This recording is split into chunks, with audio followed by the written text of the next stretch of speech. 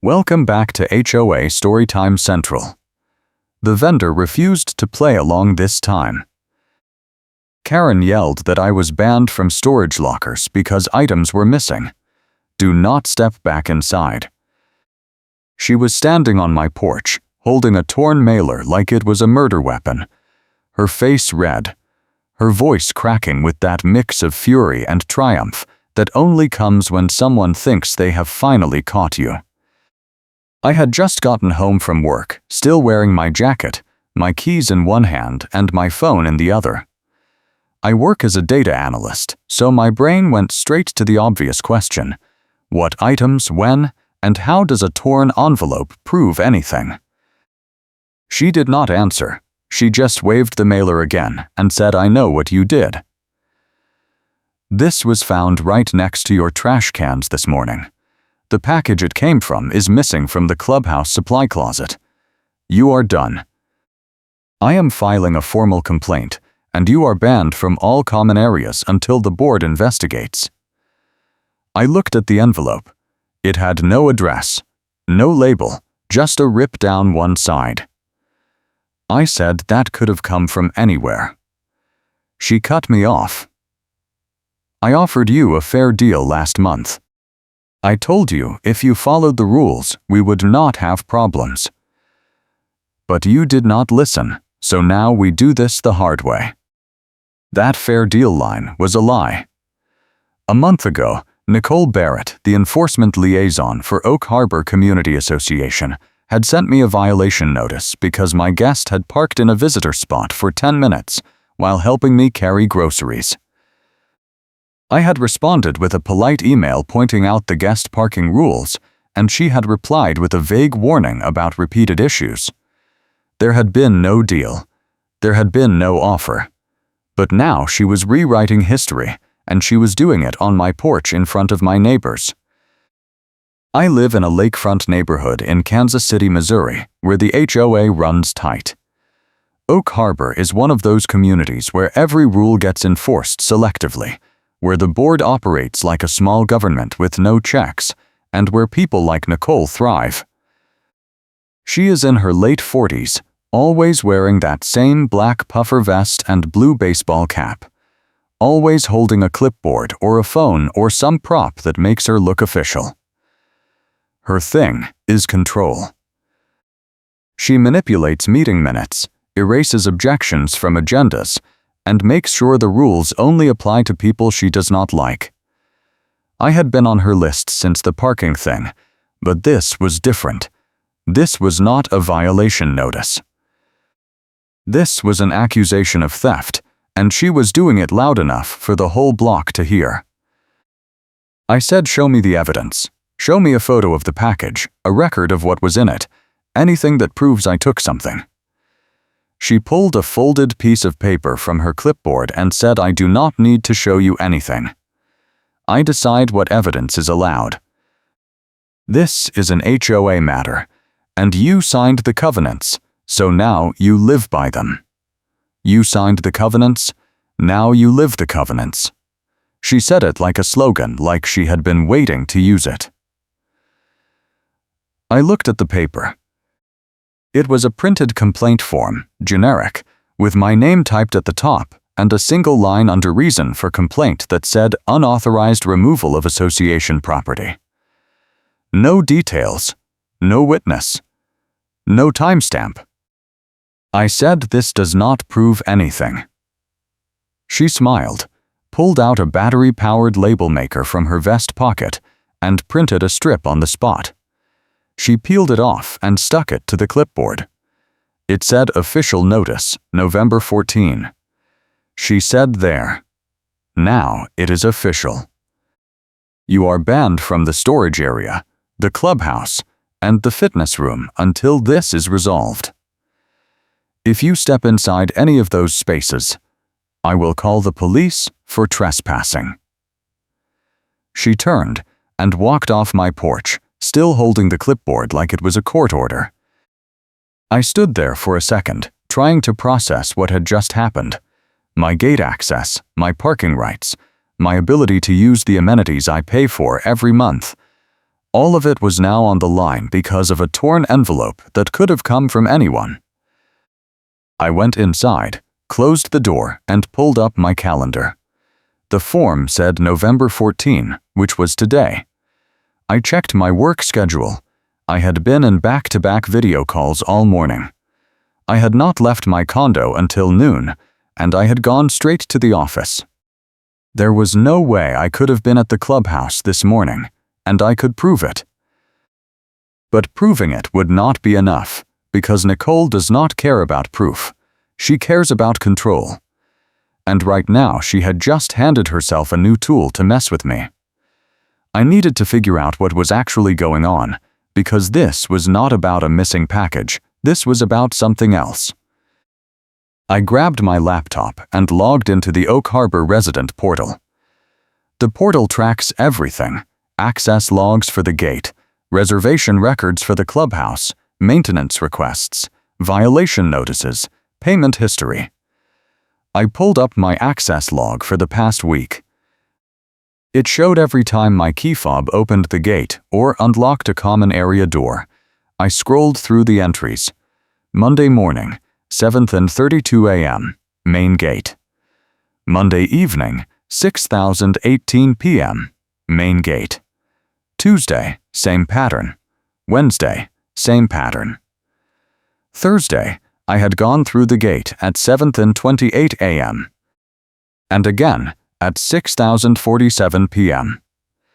No clubhouse access. No storage room entry. No fitness room check-in. The log was clean. I printed the log. 2 pages, every entry timestamped and labeled. Then I opened my work email and downloaded my meeting calendar for the week. I attached both files to a new email and sent it to the management office with a subject line that said Formal Rebuttal to Theft Accusation, November 14. I kept the tone neutral, factual, and brief. I explained that I had been accused without evidence, that my access log showed no entry to the areas in question, and that I was requesting a written response from the board within 48 hours. I copied Nicole on the email. I wanted her to know I was not rolling over.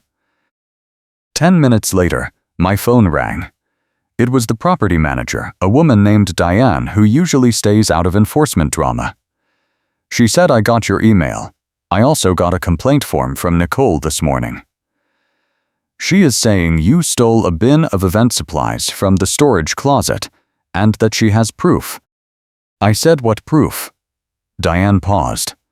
She said, "A torn mailer found near your trash area." I said, "That is not proof of anything. That could have been dropped by anyone." Diane sighed. She said, "I know. But Nicole is insisting we proceed with a formal investigation, and per the covenants, that means restricted access until it is resolved." I said, "How long?" She said, "It depends on the board. Could be a week. Could be a month." I felt my chest tighten. A month without gate access meant I would have to use the guest entrance every time I came home, which required calling the gatehouse and waiting for approval. A month without parking meant my assigned spot could be reassigned. A month without clubhouse access meant I could not use the package room, which is where all deliveries go. Nicole knew exactly what she was doing. She was not trying to solve a theft, she was trying to punish me, and she was using the HOA rulebook to do it. I said I want a copy of the complaint form and any supporting documents Nicole submitted. Diane said, "I will send you what I have, but Nicole has not provided much detail yet. She is supposed to submit a full report by Friday." I said, "Fine, send me whatever you have now." I hung up and stared at my phone. Friday was 2 days away. The tow vendor Nicole uses for parking enforcement runs on a 48-hour cycle, which meant if she flagged my car as unauthorized, it could be gone by Saturday morning. The vendor says the tow dispatch is already on the way. That is what she told another resident last year when she wanted to make a point. I needed to move faster than she did. I called my neighbor, Marcus, who lives 2 doors down and had his own run-in with Nicole last summer. He had installed a doorbell camera after she accused him of leaving trash in the common area, and the footage proved it was someone else. He answered on the second ring. I said, I need a favor. Can you check your doorbell footage from this morning? He said, why? I told him about the mailer, the accusation, the ban. He said, hang on. 2 minutes later, he called back. He said, I got something. Around 8:15 this morning, Nicole walked past your place carrying a shopping bag. She stopped at your trash area, looked around, and dropped something on the ground. Then she took a photo with her phone and left. I said, can you send me that clip? He said, already done. Check your email. I opened my laptop. The video was there, time-stamped 8:17 a.m. It showed Nicole in her vest and cap, holding a white shopping bag, stopping at my trash cans, pulling something out of the bag, dropping it, stepping back, holding up her phone, and walking away. The whole thing took less than 30 seconds. I saved the file, backed it up to 3 different places, and sent a copy to Diane with a new email. Subject line: evidence of false accusation and evidence tampering. I attached the video and wrote a single paragraph explaining what it showed. I said I was requesting an immediate reversal of the access restriction and a formal apology from Nicole. I copied Nicole again. I wanted her to know I had her. Within an hour, Nicole was at my door again. This time, she had 2 other board members with her, both women in their 60s, who usually defer to Nicole on everything. She did not knock. She rang the bell, and when I opened the door, she was already talking. She said that video does not prove anything. I was inspecting the trash area for code violations. That is part of my job. The mailer was already there. I was documenting it. I said, you are on camera, pulling something out of a bag and dropping it. She said I was repositioning it for a clearer photo. You are twisting the facts to cover your own theft. One of the board members, a woman named Linda, looked uncomfortable. She said, Nicole, maybe we should review this more carefully before we escalate. Nicole turned on her. She said, we are not escalating. He is escalating by accusing me of planting evidence. I am the victim here. He stole association property, and now he is trying to make me look like the criminal. You signed the covenants. Now you live the covenants. She said it again, louder this time, like volume made it more true. I said I have access logs proving I was not at the clubhouse this morning. I have work records showing I was on video calls during the time the theft supposedly happened.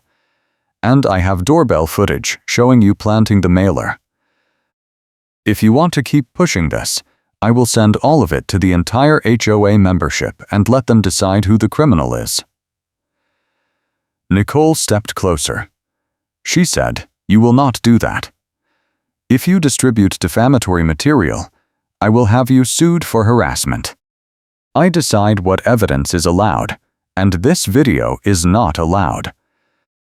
Linda cut in. She said, Nicole, he has a right to defend himself. If we are going to restrict his access, we need to be sure. Nicole spun toward her again. She said, we are sure. I found the evidence. I filed the complaint. The process is in motion. If you want to side with him, fine, but I am moving forward. She turned back to me.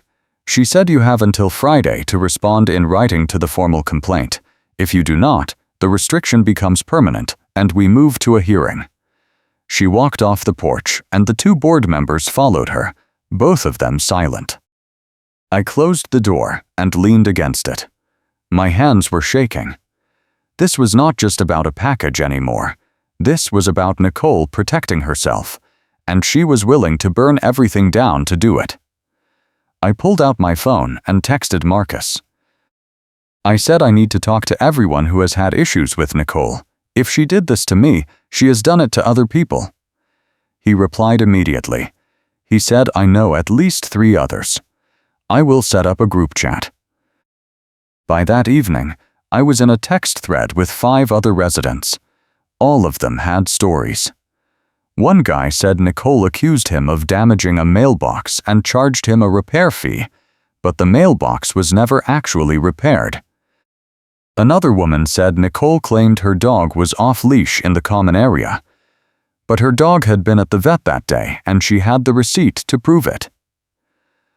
A third resident said Nicole had reported his truck as abandoned and had it towed, even though it was parked in his assigned spot with current tags. Every story had the same pattern: a sudden accusation, no real evidence, an immediate penalty, and Nicole refusing to back down even when proven wrong. But one story stood out. A woman named Carla said she had noticed small items going missing from the clubhouse over the past 6 months. Paper supplies, cleaning products, a box of plastic utensils, a labeled bin of event decorations. She had mentioned it to Nicole, and Nicole had blamed maintenance staff, then blamed residents, then stopped responding to emails about it.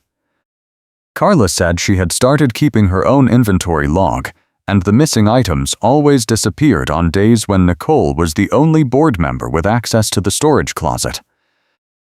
I asked Carla if she still had the log. She said yes, and she would send it. 20 minutes later, I had a spreadsheet with dates, item descriptions, and access records pulled from the resident portal. The pattern was undeniable. Every time something went missing, Nicole had logged into the storage closet within a 2-hour window. No one else had accessed it during those times. She was stealing from the HOA, and she had been doing it for months. I forwarded the spreadsheet to Diane with another email. Subject line: Pattern of theft by enforcement liaison. Evidence attached. I wrote that I was requesting an emergency board meeting and a formal audit of all storage areas. I copied the entire board, including Nicole. Then I sat back and waited. Nicole did not wait. The next morning, she was at the mailbox cluster when I went to check my mail. She was standing in the middle of the walkway holding a clipboard in a clear sleeve, and when she saw me, she raised her voice so everyone in the area could hear. She said, "You are not allowed in common areas. That includes the mailbox corridor. You need to leave now or I am calling the police for trespassing." I said the mailbox is not a restricted area. The ban only applies to the clubhouse, storage, and fitness room. She said I am expanding the restriction as of now. You are banned from all shared spaces until the investigation is complete. A small crowd had gathered: 3 neighbors, a mail carrier, and a guy I did not recognize. Everyone was watching. I pulled out my phone and opened the resident portal on the screen. I said, "Show me the written notice expanding the restriction." She said, "I do not need a written notice. I am the enforcement liaison. My verbal directive is binding." I held up my phone so everyone could see the portal screen. I said the covenants require written notice for any access restriction. If you are expanding the ban, you need to document it and send it to the management office. Otherwise, you are making up rules on the spot. The mail carrier, an older guy I had seen around the neighborhood, spoke up. He said, "I have been delivering here for 8 years. I have never seen anyone get banned from the mailboxes. That does not sound right." Nicole turned toward him. She said, "This does not concern you." He shrugged. He said, "I am just saying." She turned back to me. She said, "Fine. You want written notice? I will give you written notice." She pulled a blank violation form from her clipboard, wrote something on it with a pen, and shoved it at me. I took it. The form said, "Expanded access restriction, effective immediately, Signed Nicole Barrett. I took a photo of the form with my phone, then handed it back to her. I said this is not valid. Only the board can expand an access restriction, and it requires a majority vote. You do not have that authority. She said, I have the authority to enforce the covenants, and I am enforcing them. If you do not leave now, I am making a trespassing complaint. I said, go ahead. I will be at the management office this afternoon, and I will be bringing everything I have. I walked past her, grabbed my mail, and left. The crowd stayed silent, but I could feel everyone watching. By the time I got to the management office, Diane was already on the phone with Nicole. I could hear Nicole shouting through the speaker from the hallway. I waited until Diane hung up, then I walked in and dropped a folder on her desk. I said, this is everything. Doorbell footage of Nicole planting the mailer. Access logs proving I was not at the clubhouse. Work records proving I was on calls during the alleged theft. A spreadsheet showing a pattern of missing items that coincide with Nicole's access times. Witness statements from 5 other residents. And a photo of Nicole trying to expand my access ban without board approval. Diane stared at the folder. She said this is a lot. I said it is a lot because Nicole has been doing this for months, and no one has pushed back hard enough to stop her. She is stealing from the HOA, framing residents to cover it up, and abusing her authority to intimidate anyone who questions her. I need you to take this to the board and demand an audit. Diane nodded slowly. She said I will schedule an emergency meeting for tomorrow night. But I need to warn you, Nicole has a lot of support on that board. This could get ugly. I said it is already ugly. I just want my access back, and I want her held accountable. Diane said, I will do what I can. She opened the folder and started reading. I left the office and drove home, my hands still shaking. I knew the meeting would be a fight, but I had the evidence. I had the receipts. I had the timestamps. And I had 5 other residents ready to back me up. But Nicole was not done. That afternoon, I got a call from a towing company I had never heard of. The guy on the phone said we have a dispatch order to remove your vehicle from Oak Harbor Community Association. You have until 6 p.m. to move it, or we are towing it to impound. I said, who authorized that? He said Nicole Barrett, enforcement liaison. She said your parking privileges are suspended due to an ongoing investigation. I said that is not true. I have not been notified of any parking suspension. He said, I am just doing my job, man. If you have an issue, take it up with her. But the truck is coming at 6. If you are enjoying this story, hit that like button and subscribe so you do not miss the next one. I looked at the clock. It was 4:47 p.m. I had just over an hour. I called Diane. No answer. I called the property management company main line. The receptionist said Diane is in a meeting and cannot be reached. I said, this is an emergency. Tell her Nicole is trying to tow my car without authorization. The receptionist said I will leave her a message. I hung up and got in my car. I was not waiting for a call back. I drove straight to the towing company address the guy had given me. The lot was on the edge of an industrial park, surrounded by chain-link fencing and rows of impounded vehicles. I parked out front and walked into the dispatch office. The guy behind the counter looked up. I said, I just got a call about a tow order for my vehicle. I need to see the authorization. He pulled up a screen and said, yeah, Oak Harbor, right. We got the order this morning. Signed by the enforcement liaison. I said, can I see the signature? He turned the monitor toward me. It was a scanned form with Nicole's name typed at the bottom. No actual signature, no board approval. Just her name, and a timestamp. I said this is not a valid order. The HOA covenants require board approval for any parking suspension, and I have not received written notice." He shrugged. He said, "Take it up with your HOA. We are contracted to enforce their requests. If they say tow, we tow." I said, "If you tow my car without proper authorization, I will file a complaint with the city and the State Consumer Protection Office." He stared at me for a second, then picked up his phone and called someone. He said, "Hey, we got a situation with an Oak Harbor tow. Guy says the order is not valid." "Yeah." "Hold on." He handed me the phone. A woman's voice said, "This is dispatch supervisor. What is the issue?" I explained the whole thing, the false accusation, the planted evidence, the retaliation, the lack of board approval. She listened without interrupting. When I finished, she said, "Do you have documentation?" I said, "I have emails, access logs, doorbell footage, and a formal rebuttal filed with the property manager." She said, "Send it to me. I will put the tow on hold until we get confirmation from the HOA board, not just the enforcement liaison." I said, "Thank you."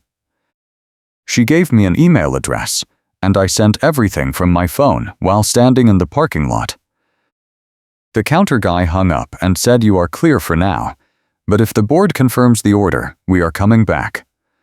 I said, "If the board confirms it, I will deal with it then." I walked out, got in my car, and sat there for a minute. My chest was tight, my hands were shaking again. Nicole had just tried to tow my car as retaliation, and the only reason it did not happen was because I pushed back hard enough to make the vendor hesitate. If I had waited, if I had trusted the process, my car would be gone and I would be paying impound fees while the board took their time investigating. I drove home. When I pulled into my assigned spot, Nicole was standing in the parking lot with another board member, a guy named Roger who usually votes with her on everything.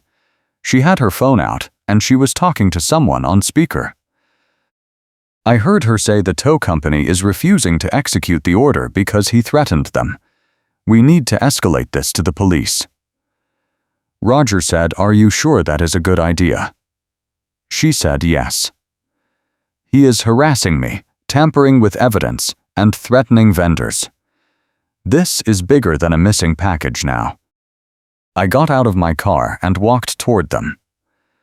I said, "Nicole, the tow order was not valid because you do not have the authority to suspend parking without board approval. You tried to retaliate against me, and the vendor caught you." Nicole turned toward me. She said, "I have messages proving you threatened the dispatch office.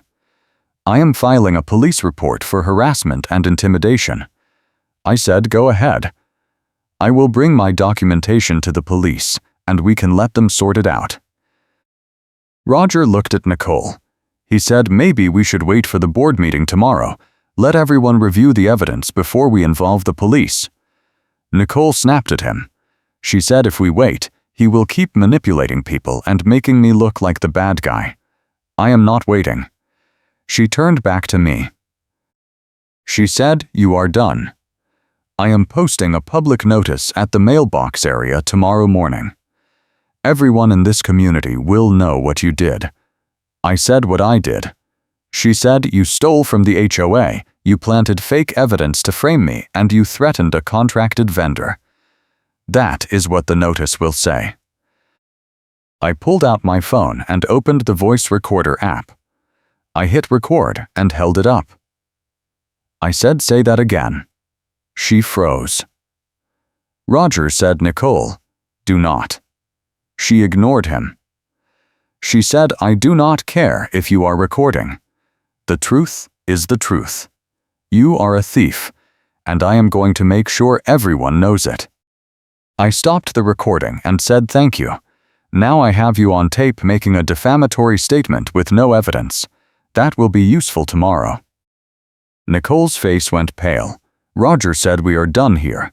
He grabbed her arm and pulled her toward the parking lot exit. She yanked her arm away but followed him. I stood there for a minute, my phone still in my hand, my heart pounding. I had her. I had everything I needed. But I also knew tomorrow was going to be brutal, because Nicole was not the type to back down even when she was caught. That night, I could not sleep. The neighbor chat had turned on me. Someone had posted a screenshot of Nicole's complaint form, and people were speculating about what I had stolen and why. A few people defended me, but most stayed silent or piled on. One guy said, if the HOA is investigating, there must be something to it. Another said, innocent people do not fight this hard. I wanted to respond, to post the doorbell video and the access logs and the spreadsheet, but I knew that would make things worse. I had to wait until the board meeting. I had to let the evidence speak in the right setting, with Diane and the other board members present. The meeting was scheduled for 7 p.m. at the clubhouse. I showed up early with my folder, my laptop, and a printed packet for every board member. Diane was already there, setting up chairs. She said Nicole tried to cancel the meeting this afternoon. She said it was not necessary because the investigation is still ongoing. I told her the meeting is happening whether she likes it or not. I nodded. I said thank you for pushing back. Diane said I am not on anyone's side. I just want this resolved so we can move on. Nicole arrived 10 minutes late with Roger and 2 other board members. She walked in holding a 3-ring binder and a stack of paper. She did not look at me. Diane called the meeting to order and said we are here to review the theft accusation filed by Nicole Barrett against a resident and to review counter-evidence submitted by that resident. Nicole, you go first. Nicole stood up. She opened the binder and pulled out a printed form. She said on November 14, I discovered a torn mailer near the accused's trash area. The mailer matched the packaging used for a bin of event supplies that went missing from the storage closet that morning. I documented the evidence, filed a formal complaint, and initiated an access restriction per the covenants. She pulled out another sheet. She said I also have records showing the accused has a history of rule violations, including unauthorized guest parking and failure to respond to prior notices. This is not an isolated incident. This is a pattern. Diane said, do you have any witnesses or video evidence placing the accused at the storage closet on the day in question? Nicole hesitated. She said no direct witnesses, but the mailer is proof of possession. Diane said a torn envelope is not proof of possession. It is proof that an envelope was found. Do you have any evidence showing what was inside the envelope or linking it to the accused? Nicole said the bin is missing and the mailer was found at his property. That is enough. Diane said it is not enough to restrict access or pursue a formal hearing. Do you have anything else? Nicole said I have his behavior. He has been hostile, uncooperative, and threatening toward me and contracted vendors. That shows consciousness of guilt. Diane said, that is not evidence. That is your interpretation. She turned to me. She said, your turn. I stood up and handed out the packets. I said I have 4 pieces of evidence. First, access logs from the resident portal showing I did not enter the storage closet, clubhouse, or fitness room on November 14 or any day that week. Second, work records showing I was on video calls during the time the alleged theft occurred.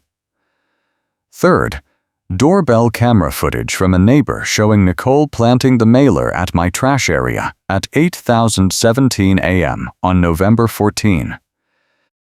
Fourth, a spreadsheet compiled by another resident showing a pattern of missing items from the storage closet that coincide with Nicole's access times over the past 6 months. Diane opened the packet and started reading. Nicole said that video does not prove anything. I was inspecting the area for code violations. I said you are on camera pulling something out of a shopping bag and dropping it on the ground. That is not an inspection. That is planting evidence. Nicole said you are twisting the facts. I said the timestamp on the video is 8:17 a.m. The complaint form you filed says the mailer was found at 8:30 a.m. You could not have found it at 8:30 if you planted it at 8:17. Roger said wait. You filed the complaint 13 minutes after you say you found the evidence. Nicole said I documented it immediately. That is proper procedure. Roger said but the video shows you planting it before you say you found it. How do you explain that? Nicole did not answer. Diane flipped to the next page in the packet.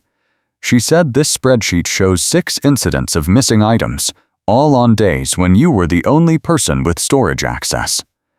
Can you explain that? Nicole said that spreadsheet is fabricated.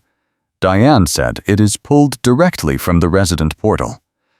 The access logs are public record. Nicole said then someone is framing me. I said who? Nicole said I do not know, but I am being targeted just like he is targeting me now. Diane said you filed the complaint. You initiated the restriction. You tried to expand it without board approval. You attempted to authorize a tow without board approval. You threatened to post a defamatory public notice. None of that sounds like you are being targeted. That sounds like you are retaliating. Nicole stood up. She said I am not sitting here and being accused of theft by someone who stole from this HOA. I have served this community for 4 years. I have enforced the rules fairly and consistently. If you are going to take his side over mine, then I resign. Diane said no one is taking sides. We are reviewing the evidence. If you have an explanation for the video or the access logs, now is the time to share it. Nicole grabbed her binder and walked toward the door. Roger said, Nicole, wait.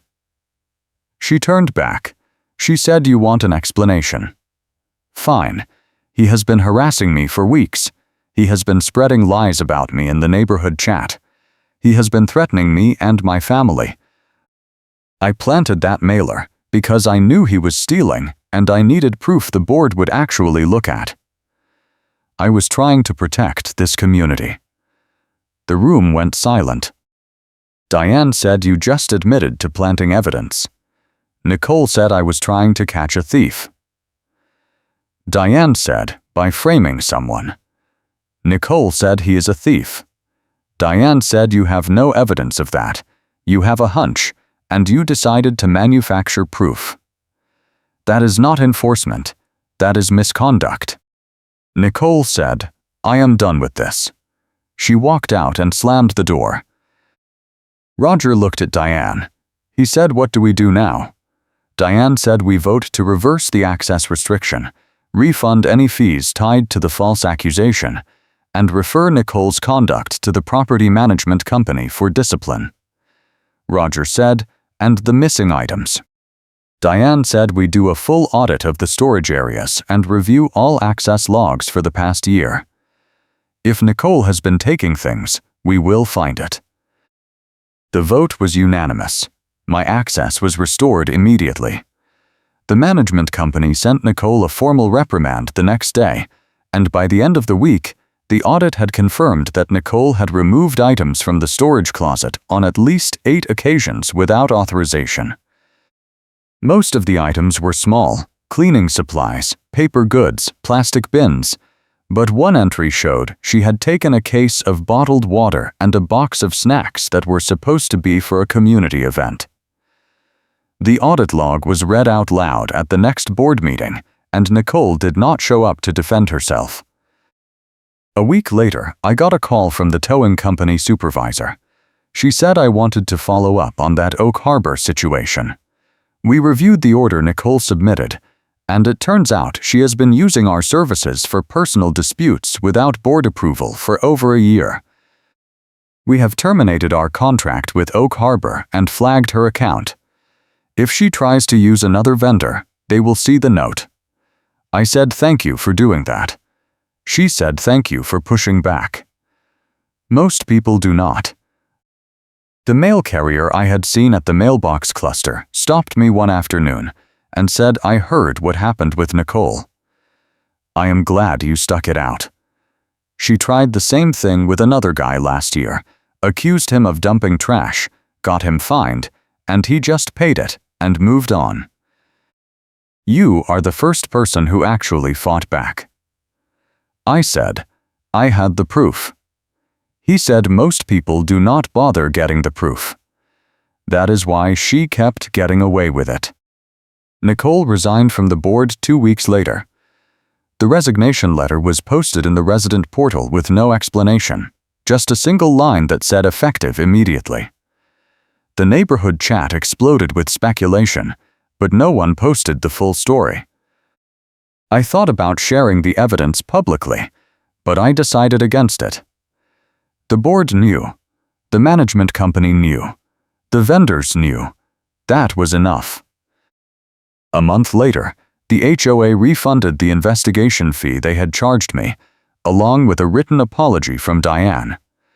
The letter said the board had reviewed all evidence and determined the complaint was filed in bad faith.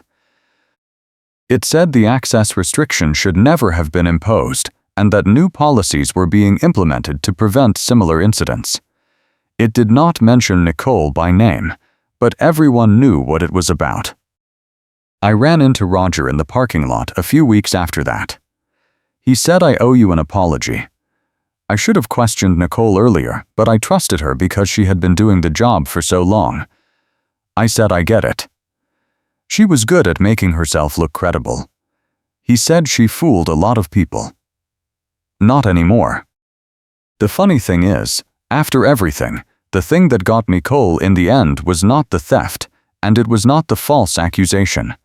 It was the recording I made in the parking lot. Someone, I still do not know who, got a copy of it and posted it in the neighborhood chat. The audio was clear. Nicole saying, I do not care if you are recording. You are a thief, and I am going to make sure everyone knows it. People heard it. They heard her admit she was going to post a defamatory public notice with no proof. They heard her ignore Roger's warning. They heard her double down. And after that, no one defended her anymore. The board hired a new enforcement liaison in January, a retired school principal who actually follows the rules and does not weaponize them. The first thing she did was remove the storage closet from single-person access and require 2 board members to be present for any removal of supplies. The second thing she did was post a new policy about evidence requirements for violations. No more accusations without documentation. No more restrictions without board approval. No more retaliation disguised as enforcement. I still live at Oak Harbor. I still pay my HOA fees. I still follow the rules. But now, when someone on the board tries to overstep, people push back. They ask for documentation. They request board votes. They do not just roll over and pay the fine. Nicole taught them that, in a way she never intended. Catch you in the next one, and I will be back soon with another story.